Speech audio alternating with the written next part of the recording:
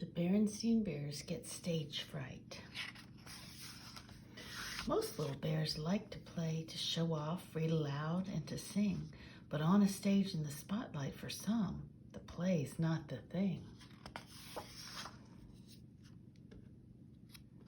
Stan and Jan Berenstain. On the way to school one day, Sister Bear, Brother Bear, and Cousin Freddie got to talking about an important subject, their teachers. "Teacher Bob is tough but fair," said Freddie, who was in the same class as Brother. Brother agreed. "How about your teacher?" he asked Sister. "Is she easy or hard?" "Teacher Jane isn't easy or hard," Sister said. "She's good." And then the bell rang and the cubs were ready for the school day. The reason Sister thought Teacher Jane was good was that she made things interesting. When they were learning to add and subtract, Teacher Jane set up a pretend store with play money and a toy cash register. It helped the cubs learn, and it was fun. When the class was studying words and ideas, they made posters, and that helped them learn too. Big, bigger, biggest. Small, smaller, smallest. And sometimes in reading class, instead of just reading from their books, they acted out the stories. That's what they were doing with Grizzly Stiltskin, the story of the funny old elf bear who was sure that nobody could ever guess his name. Sister Bear was acting out the part of the miller's daughter who becomes a princess and has to spin straw into gold. They had come to the part where the princess has one last chance to guess the elf bear's name. "Ah, good sir," read Sister in a loud, clear voice. "We've come to the end of our guessing game because I say Grizzly Stiltskin is your name." And that's when Grizzly Stiltskin flies into a rage and disappears in a puff of smoke, and the princess lives happily ever after. "It's a very good class," said Teacher Jane. "So good, in fact, that I have a surprise for you. I'm in charge of the school play this year, and guess what?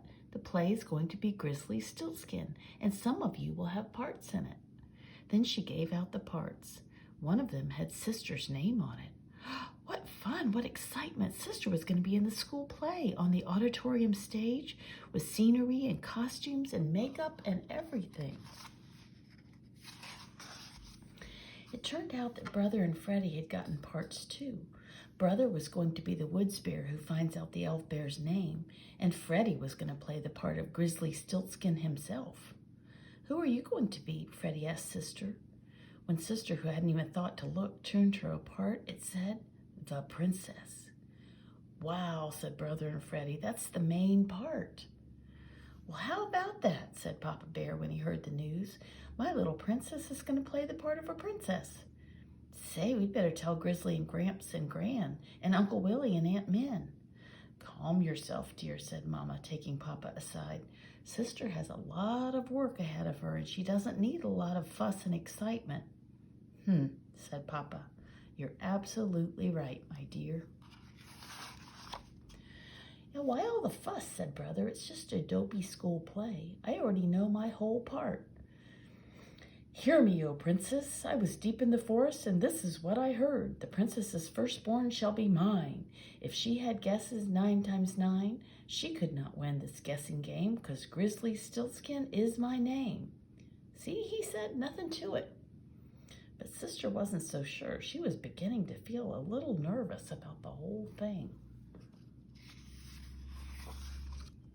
The next day, when Teacher Jane asked Sister to take a message to the office, Sister decided to take a shortcut through the auditorium. She had been in the auditorium many times, of course, but she had never been on the stage. She climbed the stairs and looked out over the row of seats. It looked enormous.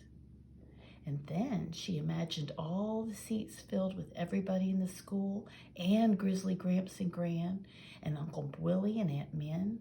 It even looked more enormous. "Why the long face?" asked Brother on the way home from school. Sister told him she was worried about the play. "Relax," he said. "There's nothing to it. It's a piece of cake. Why, I can do my part standing on my head."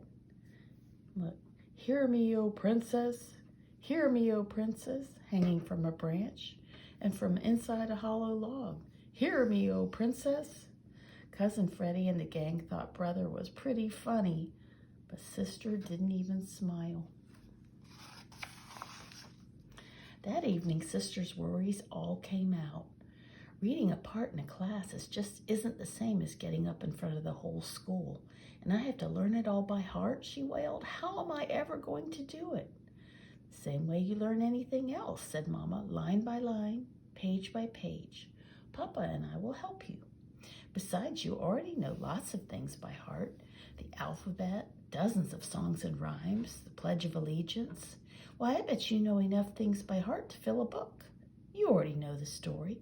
All you have to do is learn your part and practice. And that's what sister did. She learned her part, line by line, page by page.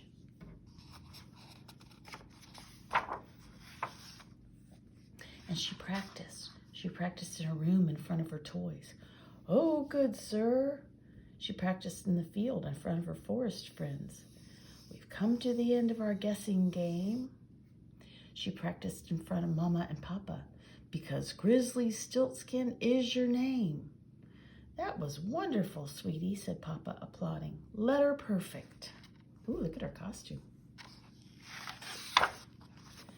Yes, said sister, but practicing in front of my toys and forest friends and you and Mama isn't the same as getting up on the stage in front of the whole school. How do I practice for that? Sweetie, said Mama, there are some things in life you can't practice. You just got to do them. But what if I get nervous and scared, she asked. Oh, but you will, said Mama. I will, she said. Of course, said Mama. Everybody gets nervous when they have to perform in front of an audience, even famous opera singers and star athletes. But if you know it's natural and you expect to be a little nervous, it really wouldn't bother you that much, and you'll do yourself proud. And besides, she added, you'll be having a big rehearsal in the auditorium, and that will help. Now, where's that brother of yours? I've got to finish his costume. I do wish he'd take this thing a little more seriously. Don't worry about him, Mama, said sister. He can do his part standing on his head. The rehearsal did help, but an empty auditorium still wasn't the same as a real live audience. And now at last, the moment had come. The curtain was opening on the Bear Country's production of Grizzly Stiltskin. And there was sister all alone on the big stage looking out at the whole school and Grizzly Gramps and Gran and Uncle Willie and Aunt Min. It was a little scary, but also very exciting. Then she heard a loud, clear voice saying, I am the miller's daughter, and woe is me, for my father has told the king I can spin straw into gold, and in truth, I cannot. It took her a split second to realize that voice was hers. From there on, everything went beautifully. There was one little rough spot near the end when it was time for Brother to do his part. He came on stage in his handsome woods bear costume, looked out at the hundreds of eyes staring at him, and completely forgot what he was supposed to say. I can't remember my lines, he whispered. Why don't you try standing on your head, whispered sister, but she took pity on him and helped him with his lines. Brother was a little too confident, wasn't he? The play ended magnificently when Grizzly Stiltskin flying into a fury and disappearing in a puff of smoke. The applause was long and loud. Teacher Jane is proud of them, isn't she? After the show, Mama and Papa came backstage. Terrific show, said Papa. Terrific.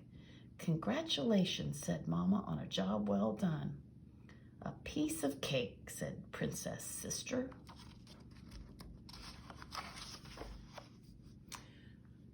The Berenstain Bears get stage fright.